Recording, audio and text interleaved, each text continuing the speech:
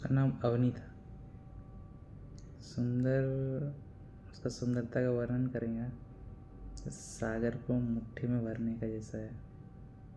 कि सुंदरता नहीं थी, मतलब जिसे मेकअप या कपड़ों में तोल सकें, मतलब उसका खूबसूरती उसकी आँखों में थी, बड़ी, काली, और जैसे हमेशा कुछ कहने को बेताब। जब वो बोलती थी ऐसा लगता था जैसे पहाड़ी झरने की आवाज़ आ रही हो। उसकी सबसे प्यारी चीज़ थी उसका नोज़ पिन, जो उसकी मुस्कान के साथ चमक उठती थी। जब भी अपने बिखरे बालों को लापरवाही से जुड़े में बांधती तो वो सादगी किसी भी कीमती श्रृंगार पर भारी पड़ती थी। उसकी सुंदरता में एक ठहराव था, एक ऐसी शांति जो आपको उसे बस देखते रहने पर मजबूर कर दे। कॉलेज के प्रोजेक्ट का आखिरी दिन था, ठीक है। हॉस्टल की लाइब्रेरी में भारी भीड़ था, तो मैं अपने लैपटॉप पर कुछ फाइल के साथ एक कोने में बैठ के काम कर रहा था। अवनी भी पास वाले टेबल पर अपनी सहेली के साथ बैठी थी। मेरा पूरा ध्यान काम से ज़्यादा इस बात पर था कि वो कब मेरी तरफ देखेगी। तभी लाइब्रेरी बंद होने का समय आ गया। सबने हड़बड़ी में अपना सामान समेट लिया। अवनी भी जल्दी में अपनी किताबें उठाकर चली गई।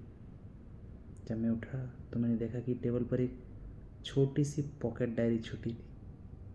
उस पर सुनहरी अक्षरों में लिखा था ए। मेरा दिल जोर से धड़का। यह अवनी की डायरी थी।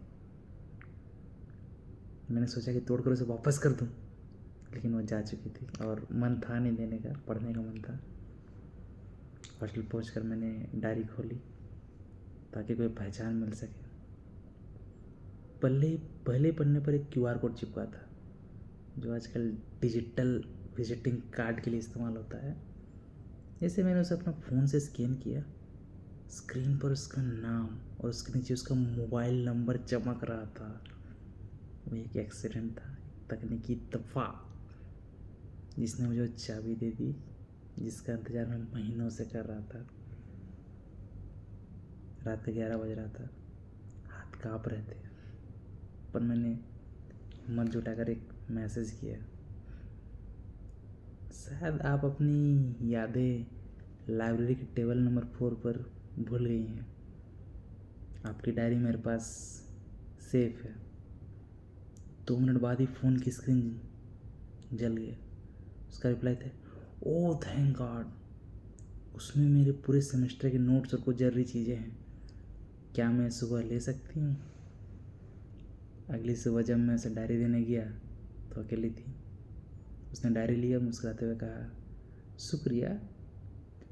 वैसे तुम चाहते तो नंबर सेव करके बिना बताए भी मैसेज कर सकते थे, पर तुमने ईमानदारी दिखाई। मैंने मुस्कुरा कर कहा, नंबर तो अभी भी सेव है, बस बात करने का बहाना मिल गया। खिलखिलाकर हंस पड़ी।